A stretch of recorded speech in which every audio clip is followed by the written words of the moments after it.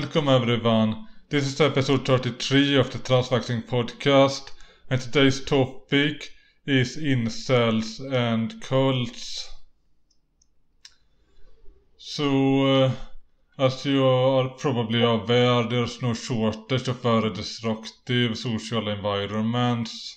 Can in some cases be mostly males dragging each other down, but it can also be gender inclusive, like some cults include females as well. And what cults are is that it is a subsection of society that instead of pursuing what's good for society as a whole, they pursue their own social control that is often to the detriment of the wider society. And with incels, for example, they push very destructive thinking, where males tell themselves that they will never get a girlfriend because of some facial issues or whatever. And this very negative thinking will make it even harder to get a girlfriend, so it's a self-fulfilling prophecy. So if you didn't struggle to date before, you will certainly do it afterwards if you buy into that nonsense. And of course, there's a lot of like bullshit and pseudoscience and all that with incel spaces. For example, one common misconception is that there are those chads having lots of girlfriends, having those harems, and this is why there are incels because of polygamy. This is not true, by the way. In reality, the main reason is actually that a lot of females simply prefer being alone over being with a male. They don't really find that attractive, or they might enjoy the single lifestyle, don't really desire males that much in the first place. And this is why we see all this male desperation, because females are not really that interested a lot of the time. Yeah, so I actually used to be an incel for not a short period of time, like years and years and years. And I sort of got sucked into it by spending a whole lot of time on 4chan and YouTube and the like, and just falling down rabbit hole after rabbit hole until I was at like the deepest circle of the incel cult, you could say. And it got to the point where I really did feel like there was no way for me to leave. There was no way for me to escape, basically. Basically, if you didn't buy into the ideology like wholesale, like believe in the lookism stuff, believe that, it's over for us, like there's no hope for us, you would basically be considered like a fake cell, and at that point you would be socially isolated from the rest of the group. And so there was definitely a lot of like fear involved. For me, I later found out that the reason that I was so drawn to that stuff was because since I'm transgender, and I didn't even believe in that at the time, but I really didn't feel a connection with my own body or my own self. And I had never even tried to ask someone out or like find a partner or something like that. I just assumed that it would be impossible for me because of like all these like incel studies and these lookism studies and stuff like that I was reading, like this stuff about like LMS and that type of stuff, like these very like obscure like black pill ideologies. And yeah, so eventually I managed to escape, funnily enough, from inceldom through transition and partially through transmaxing. And this is something I've actually noticed is pretty common in this transmaxing community, is like people who transition for both transmaxing and like more traditional transition reasons. And that was definitely my story as well. Yeah, and what I do suspect is that if you had put effort into dating as a male, you probably would have had some success, to be honest, and you probably think to realize that now. But if you don't even try, you might think that you don't have a chance, when in reality, if you used to put effort into it, if you lower your standards, are more open-minded to dating females, besides your like perfect ideal, you shouldn't have too much of an issue in the most cases. Yeah, I think if I did try, I probably would have had some success, if I'm being honest. Like, I wasn't even that bad looking, but I was at the point where like my brain was completely consumed by cult ideology, and I couldn't see any differently. I also think that if you have gender dysphoria, this might cause you to have a very negative outlook, a very negative view of your own experience, because you don't really like what you see in the mirror, and this might cause some people to think they are less attractive than they are because of that dysphoria.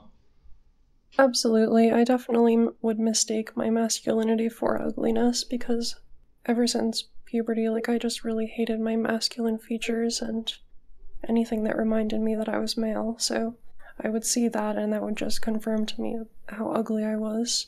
Even though, like, I'll look back at my old pictures now and I don't see it at all. I mean, I'm happy. I'm very happy that I'm transitioned now, but like I don't see any ugliness in my old self when I look at my old pictures.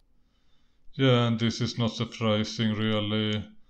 I think a lot of people go through that where because they want to be more like a female, they might struggle with dating for those reasons as well.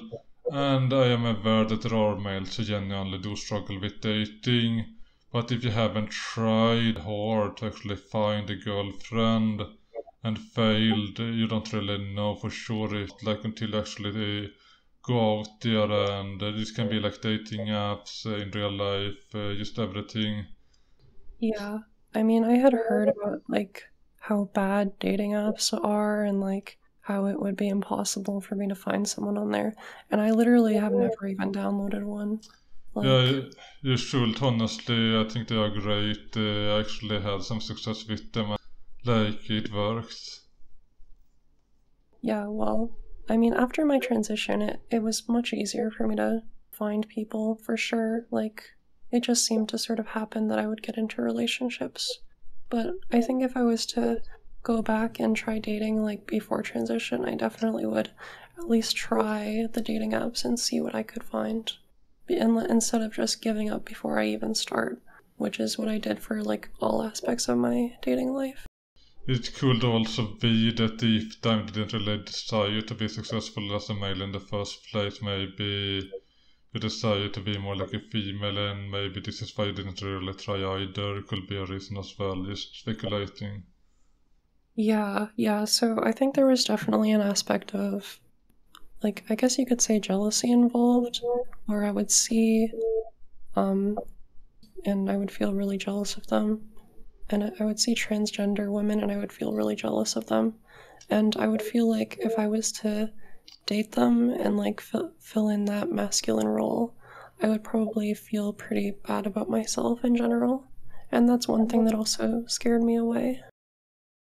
Something I find curious about incel spaces is that they are super against transvaxxing too, even though it would work.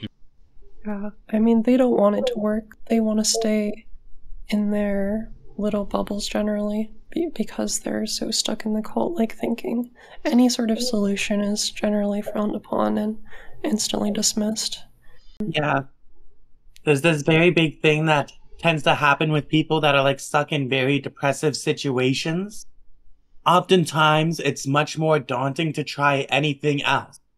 And they would much rather everything to fail so then they can continue to wallow in their own pity. So try to like stop yourself and like not have that happen to you. Yeah, like let's assume that what they believe is true, that they will never find a girlfriend as a male. Then in that case, why shouldn't they transition? There's no reason not to. Unless you like hate how you look as a female for like body preference reasons, but those people for the most part don't like how they look as males either, so that will be a factor anyway. Like if anything, they will like that better. So why shouldn't they transition if this is the case that they will never find a girlfriend? And to be fair, I think a lot of them could find a girlfriend if they tried, but it's just that if you assume what they believe to be true, like logically speaking, why shouldn't they transition? There's no reason not to. And I think there can be ideological reason to not do it because it goes against whatever it goes against their like victimhood club to like escape it even if you can. They are like in this like called together, what is suffer together, and then if someone escapes to live a great life, it's like a betrayal, and you turn against your own ideology beforehand. But like logically speaking, like unless there's some like ideology you're trying to pursue for some dumb reason, why should you transition if you have no chance as a male? Yeah, exactly. I think that transmaxing, like just from the people that I know and the people that I used to talk to, I think that transmaxing would be a great option for a large number of them, because a lot of them seem to have body dysmorphia regarding like their less masculine jawlines and this sort of thing. And I think that honestly that would help them more than anything with transition. And yeah, there's something about incel spaces that are like very much like toxic masculinity, where they think transmaxing isn't a solution because then you're not part of the problem anymore. It's like cheating the system, or like just giving in to becoming an F word or an F slur, as they'd say. a lot of these people too are like really tied in with like far right ideologies, and they'll have this view that, you know, transgender doesn't even exist.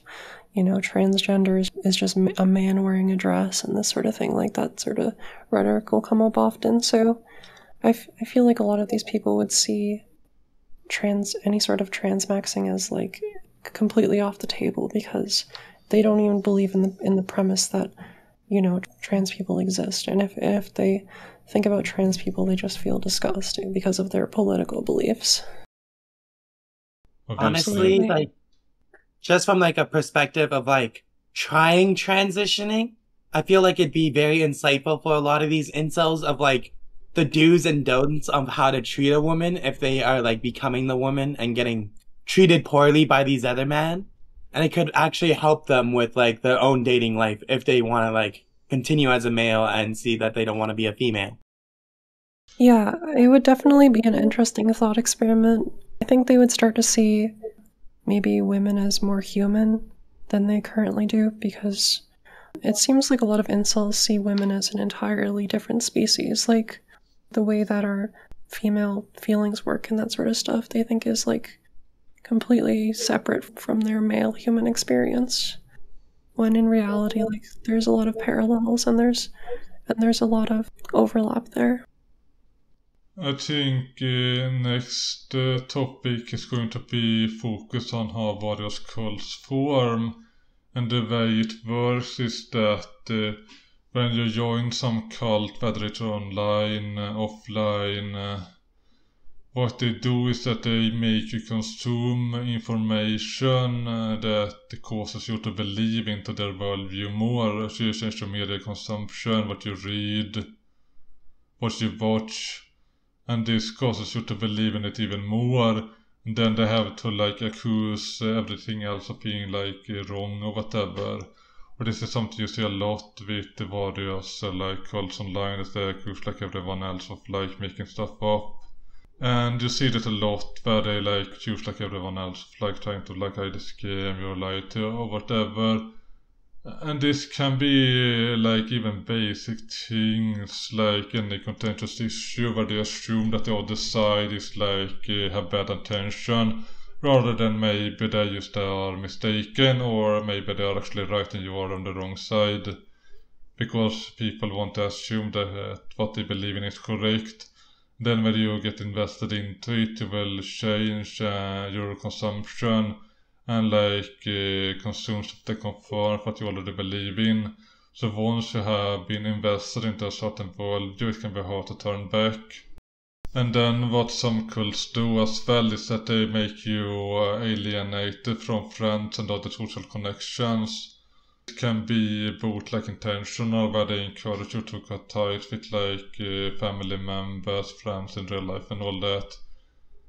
But it can also be that because of that extremist ideology, other people will start distancing themselves from you. For example, Nazis often experience that other people don't want to deal with them because of their extremism. Like if you deny the Holocaust but also want another one, then maybe other people will feel uneasy around you for understandable and justifiable reasons. Yeah, for sure. I think a lot of it is indirect. Like, you'll be shamed for, like, having friends or, you know, making social connections. Like, you'll be called, like, a fake cell, or, like, you'll be called, like, a normal fag and stuff like that. And also, like, with the content thing, like, I remember there was a time where I was watching hours and hours and hours a day of, like, black pill videos and stuff, and just basically, like, feeling depressed all day, just scrolling and scrolling through these feeds and, like, reading these black pill chat rooms and stuff, and those were the only people I had interacted with at the time. So, or, like, basically, there was nobody else in my social circle other than these incel people, who at the time I thought were my friends, but... And I mean, a lot of them also were just being sucked into the same spiral as me, so I'm not trying to place all the blame on them, but it was definitely extremely harmful for me for years and years. Yeah, something I noticed with incel spaces is that they glorify failure, that it's like the more you fail you as a male, the better you are. So there are people who say that, oh, I'm like a virgin, other people say, oh, I'm like a kissless virgin, and other people say, I'm like a kissless hand, hoodless, hugless virgin. So like continues like that. It's more and more ridiculous. Yeah, it's like Incel Olympics, like who's the biggest loser? That's exactly the list. That's exactly what I was gonna say. It seems like they're basically committing social self-harm, and they're like going as severe they can as like a competition. Yes. I should clarify also that not all cults and political movements will encourage people to cut ties with friends and family. If you are actually trying to grow as a community, you actually want to be open. But what often happens is that once the community stops growing, they start finding hardships, the leaders might decide that just exploit the members they already have as much as possible. And this is often when you see those like more extreme happenings, like mass suicides, extreme financial exploitation, and the really appalling things that often happen in cults. Is because the leaders of that movement have given up on trying to grow it, and now they're just exploiting the people they already have. It's kind of similar to some corporation once they have some customers and are giving up on like trying to get new ones, just trying to exploit the ones they have as hard as possible, like screw them over as hard as they can with like money and everything. They might like raise prices to make it really hard to cancel. You've probably experienced that at least one time when about someone having some lightning scenario was trying to cancel some membership or some bullshit service. Yeah, and a big thing about the people getting recruited into these cults is half of the time they're like already in a place of isolation, feeling like there's like no one to accept them. And that's how come they go to like some of these cults or even like religious places and like get swallowed into like the whole thoughts of Christianity and stuff, just because there's nothing else really going on. So where do you go? Well, I mean, the church has something going on every Sunday. Yeah, whoever's going to promise you a message that basically tell you that they understand how you feel and that they know the truth and that they want to teach it to you. And I find that, like, in terms of, like, cult violence and stuff like that, like, the incel cult definitely has that in the form of, like, these shooters and stuff like that are glorified as, like, the highest tier, like, the most, like, ordained people in the incel community are these, like, people who just go way too far and do this crazy stuff. Yeah, the literal psychopaths. Yes, the most prestige of incel, the highest of rank. They're considered like saints, like they're literally called saints. Oh my god. It's also important here to separate males having dating issues with the incel spaces as they exist, because sure, people in incel spaces tend to have dating issues, and they want to like lump everyone into their group and say that like everyone is struggling or a lot of males are struggling. But there is a difference between merely struggling with dating but trying to not join a cult and joining a cult that makes the situation 10 times worse than it already was. Yeah, you get marketed as a solution, but it just cranks up the problem tenfold. And of course there are like various solutions for males with dating issues. It can be like money maxing, career maxing, maybe trying cross-dressing. Even like video games can work if you are like frustrated as a male. Just play some game if you have too much time. There are probably something you can find to kill your time and do something meaningful. Like even stuff like that can also gain your confidence that you are accomplished at least something that you win this video game. I'm sure it might sound ridiculous to people who can achieve a lot more, but if you don't have anything, at least have some success with the game and achieve at least something in this virtual world is better than nothing, and maybe later on they can start to solve their more serious problems with their life. And maybe it's just a time issue that you have to wait for something to happen.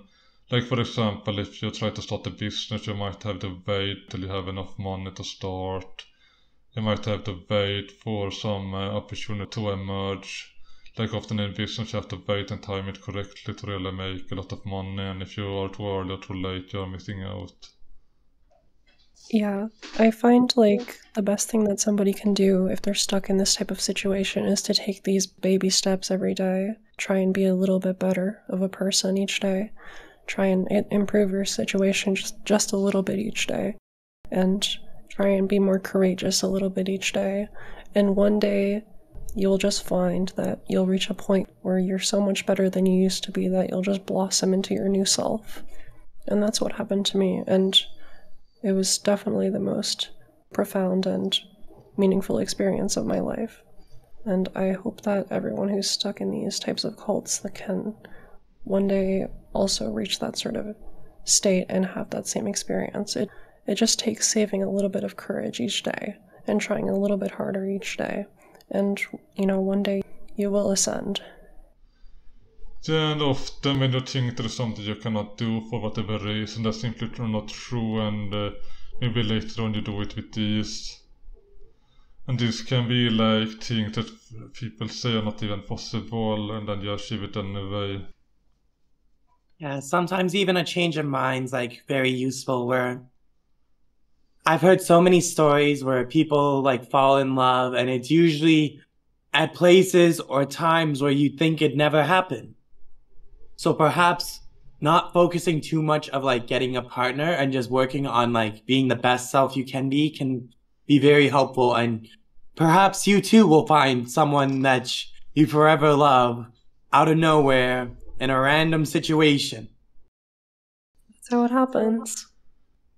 And let's not forget that, especially for people who transition early on and really put effort into the transition, that you see all this example of people who do not start out the most promising in terms of like features and age and all that, but then after years and years of HRT and surgeries and everything look amazing afterwards.